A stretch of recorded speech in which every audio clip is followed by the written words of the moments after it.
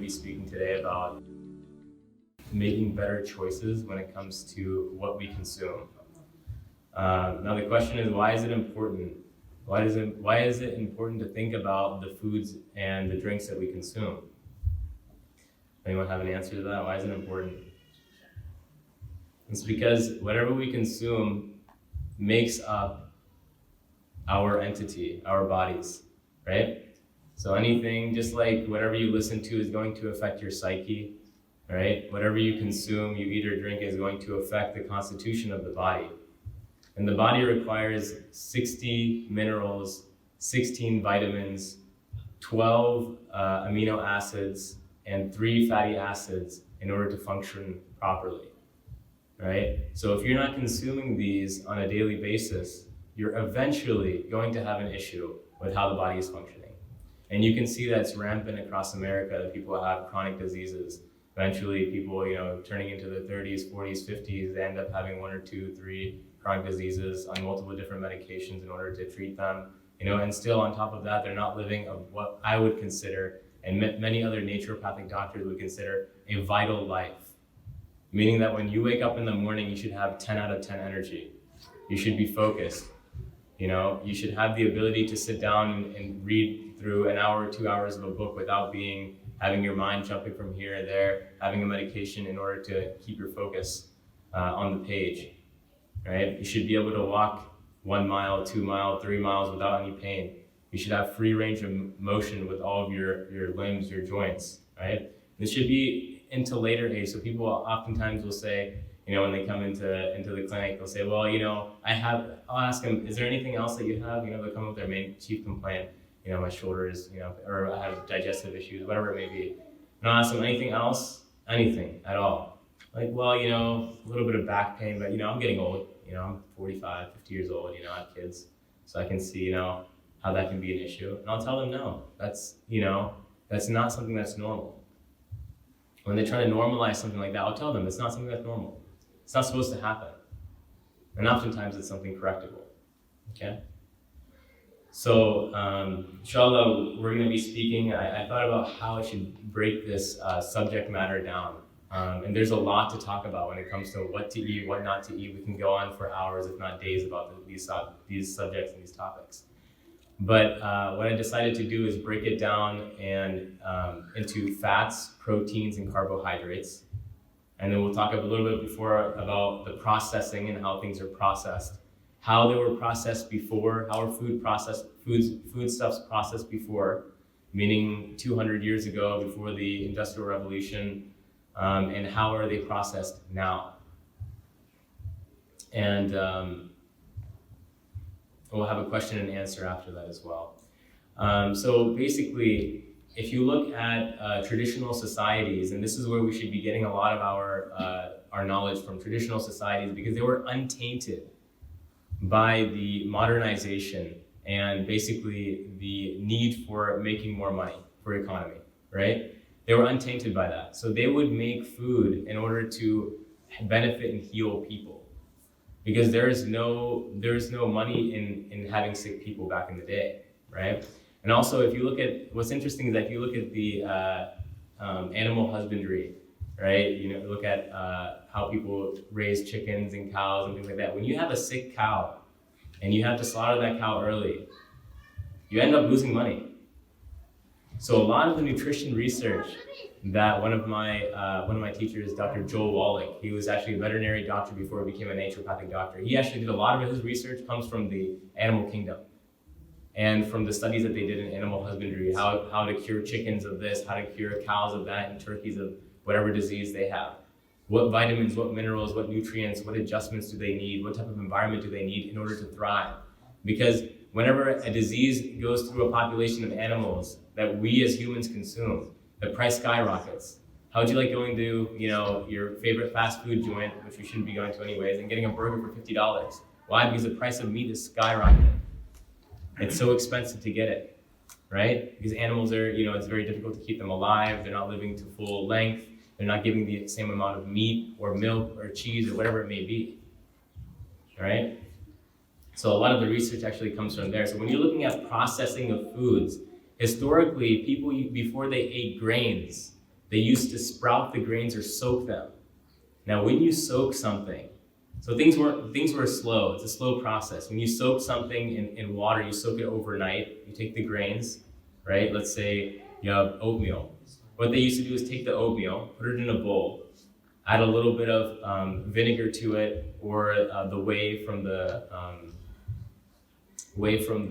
yogurt, or a little bit of lemon juice. You add a tablespoon or two to it, and you leave that. You let that bowl soak. So when you have oatmeal, this is something that we should all be doing. So if you'd like to take notes on it or mental notes, whatever it may be, you basically let it soak. And what happens in the soaking process?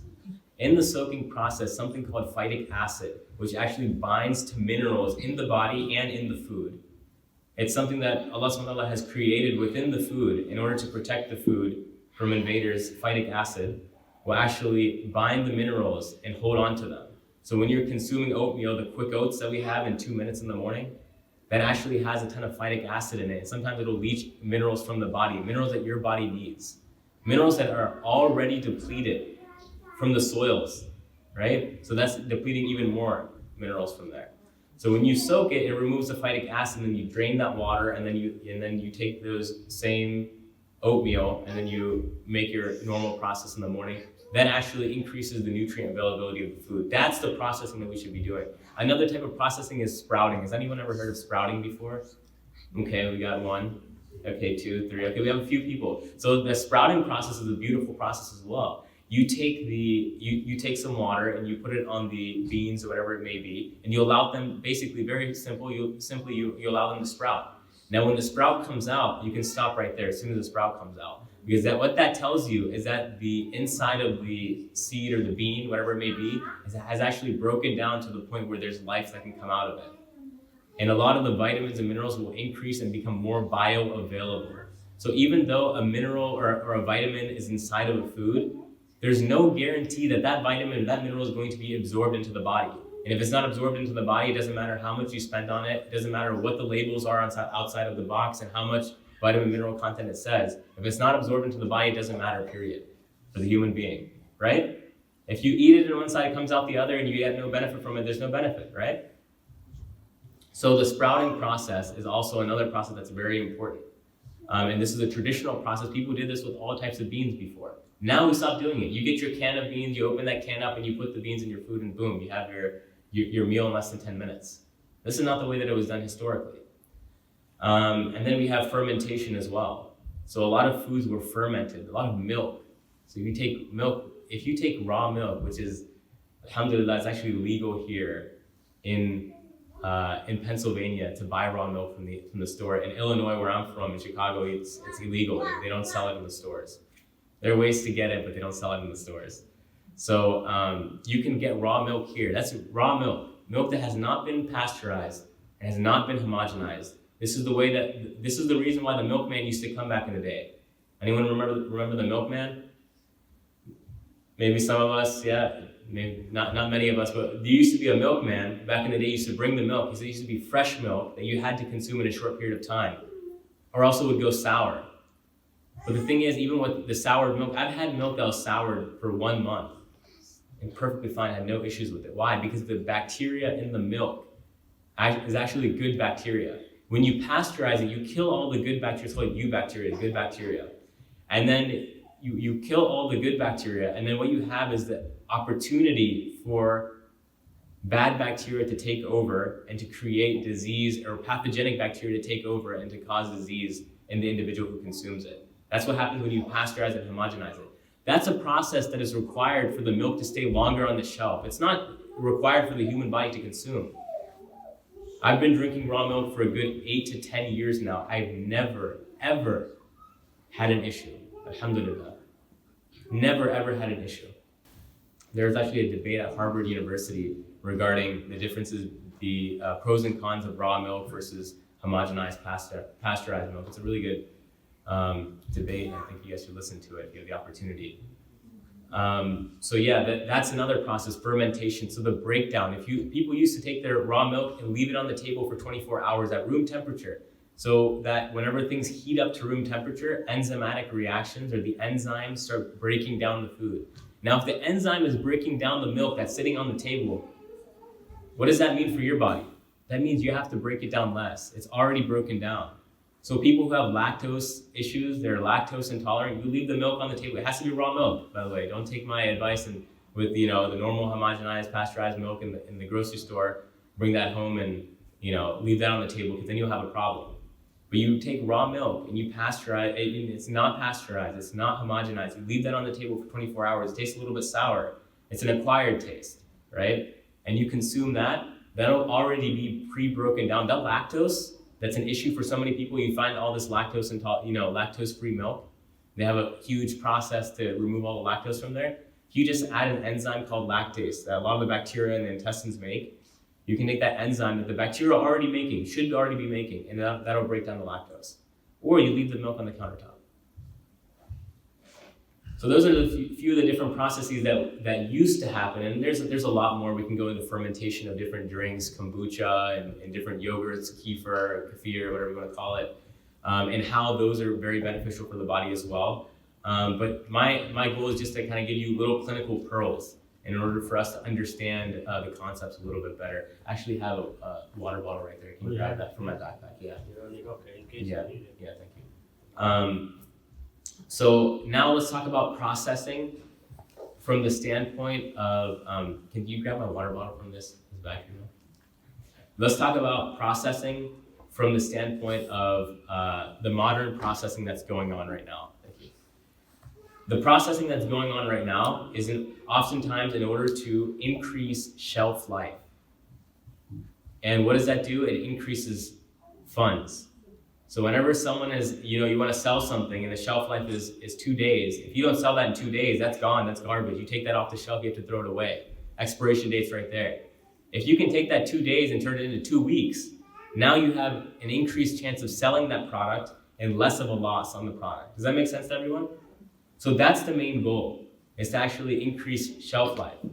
And oftentimes it's also in order to increase palatability.